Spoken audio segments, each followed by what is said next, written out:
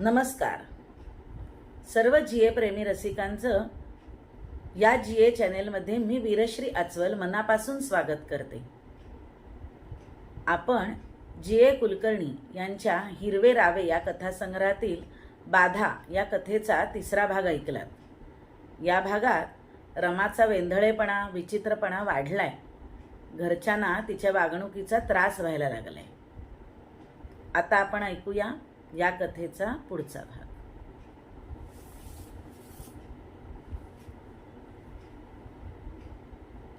माझं काय, मी सांभाळेन कसं तरी, आई म्हणाल्या. लग्नाआधी तीच होती की काय? नशिबात असेल ते काही चुकत नाही हेच खरं. रमा सैलावली. तिला एकदम पोकळ वाटलं.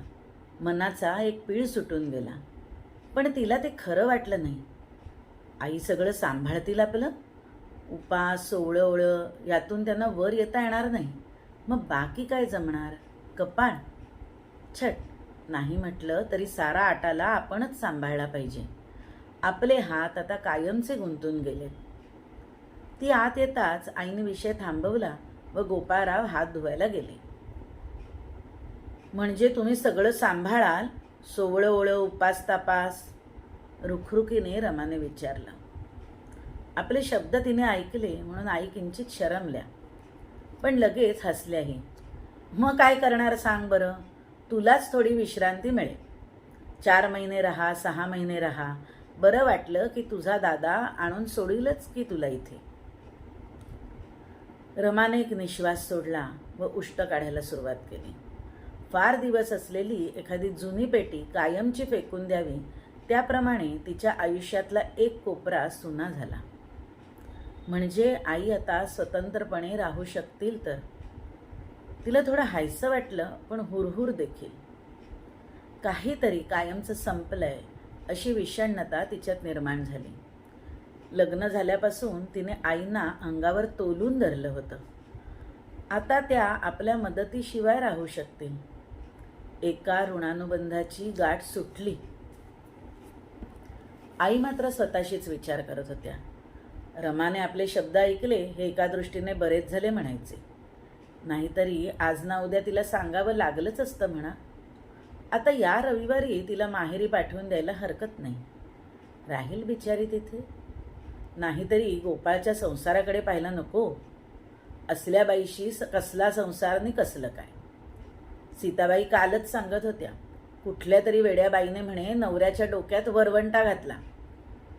तेव्हा आता गोपाळने दुसरा मार्ग पाहावा हेच बरं. सीताबाईंचीच एक भाची होती लग्नाची. फारशी शिकलेली नाही, पण कामाला कशी खणखणीत. 20 जणांचा आटाला रेटून दे. रमाच्या लग्नात पैचाही हुंडा मिळाला नाही. आता तोही मिळेल. साऱ्या घराला फरशी करता येईल. ओलसर भुईवर पावलं उमटत हिंडणाऱ्या रमाकडे पाहून आईना आपल्या विचारांची भीती वाटली. पण हट्टाने त्यांनी तिच्याकडे रोखून पाहिलं आणि त्या म्हणाल्या, मग काय झालं? गोपाळच्या संसाराकडे पाहायला नको का मला? हात धुवून गोपाळराव माडीवर आले. त्यांना नेहमीप्रमाणेच वेळ झाला होता. त्यांनी लगबगीने शर्ट उचलला, अंगावर पसरला. तिसऱ्या काजाला टाका असल्याने तो अडकल्यासारखा झाला. त्याने चिडून हिसका देऊन तो तोडून टाकला. परंतु शर्टाच्या कुबट वासाने त्यांची चीड वाढलीच. काल तुमच्या सगळ्या कपड्यांना इस्त्री केली मी, रमा उमऱ्यावरून भीत म्हणाली. हो, ते दिसतंय, गोपाळराव तुटकपणे म्हणाले. याचं आणखी एक बटण कुठे गेलं? ज्या प्रश्नाला रमा घाबरत होती तो प्रश्न समोर आलाच. मी सारं शोधून पाहिलं पण कुठे मिळालं नाही, म्हणून टाका घालून ठेवला मी, ती म्हणाली. तिचे डोळे कुत्र्याप्रमाणे ओलसर दीन होते. त्यांच्याकडे पाहून तर गोपाळरावांचा संताप फार वाढला. तिचं तोंड असलं दीन नसतं तर तिला केव्हाच हाकलून देता आलं असतं. पण आता ही तात गळ्याला कायमची बसली. त्यांनी बोलण्याकरता तोंड उघडलं, पण त्यांनी तो प्रयत्न सोडून दिला. थोड्या वेळाने ते शांतपणे म्हणाले, हे बघ, तू कपड्यांना इस्त्री बिस्त्री करू नको. कशाला उगाच त्रास घेतेस? मला नुसती धुतलेली शर्ट चालतील. नाहीतर 15 महिन्याने देऊ लक्ष्मणकडे. ते घरच्यासारखे कसे होतील? उतावीळपणे रमा म्हणाली. गेल्या खेपेला त्याने एका कोटाची कशी चाळण करून ठेवली होती. तिने पुन्हा साऱ्या घराची जबाबदारी तळहातावर घेतली. मग फक्त घरी धूत जा, गोपाळराव म्हणाले. त्यांनी कपडे संपवले व ते खाली आले. चीड, असहाय्यता यांनी त्यांचं मन ओरबाडून टाकलं होतं. रमाने जर सरळ आपल्या डोळ्याकडे पाहिलं तर आपला गुन्हा उघडकीला येईल म्हणून त्यांनी तिच्याकडे पाहायचं टाळलं होतं. 2 दिवसापूर्वी ते कुणाला नकळत देशपांड्यांची मुलगी पाहून आले होते. पण या ओलसर डोळ्यांच्या रमाला कसं झिडकारून टाकावं हे त्यांना समजेना.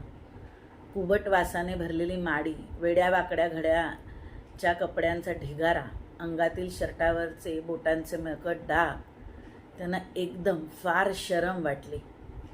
ऑफिसमध्ये त्यांना तोंड वर करायला जागा नव्हती.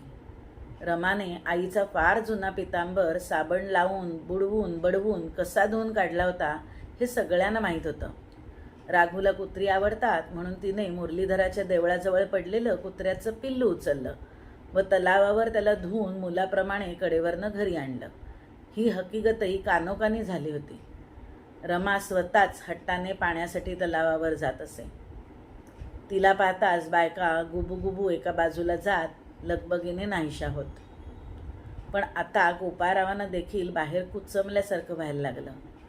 कुणीतरी भेटून काय कसं काय म्हणून कुत्सिततेने विचारतील म्हणून ते त्या गावंढ्या गावातही आडवळणाने कचेरीला जात व तेथे इतरांशी बोलायचं टाळत. ते उकिरड्यासारखे, गाव घाण्याच्या बैलासारखे काम आणि वेड लागलेलं घर यांच्या आठवणीने त्यांच्या त्रासिक वैराग्य निर्माण झालं. त्यांना वाटलं जावं हे सारं सोडून कुठेतरी, नाहीतर मेल्याखेरीज सुटका नाही यामधनं. आपण मेल्याखेरीज की रमा? त्या बेबंद विचाराने त्यांना उधळल्यासारखं झालं आणि त्यांनी तो विचार झटकला. पण देशपांडेकडे पाहिलेल्या मुलीचं चित्र जास्त रेखीव झालं व गोपाळराव वासनेने आसुसले. ते गडबडीने बाहेर पडू लागले. रमा तिथेच उभी होती. आयुष्य हातून निसटून लागताना डोळ्यात येणारा भाबडा विसराळूपणा तिच्यात होता. हे बघ, माझ्या कपड्यांचं मी पाहीन उद्यापासून. तुला झेपत नाही का माताशा? गोपाळराव म्हणाले व ती बोलण्याच्या आत लगबगीने बाहेर पडून मोकळ्या हवेत आले. रमा आत आली आणि चुलीपुढे गप्प बसली. आई माझघरात जाऊन चटईवर पसरल्या होत्या. आज त्यांचा उपवास होता. निखाऱ्यावर मंद राग जमत आली होती आणि मधूनच ओरखडल्याप्रमाणे लालसर रेषा दिसे. दूध हळूहळू वर येत होतं. पण रमा गालाला हात लावून गोठल्याप्रमाणे बसली होती. तिच्यात काहीतरी उकळल्यासारखं होत होतं आणि निखाऱ्यातील लाल रेषा डोळ्यात जाऊन बसल्याप्रमाणे किंचित लाल कडांच्या दिसू लागल्या होत्या.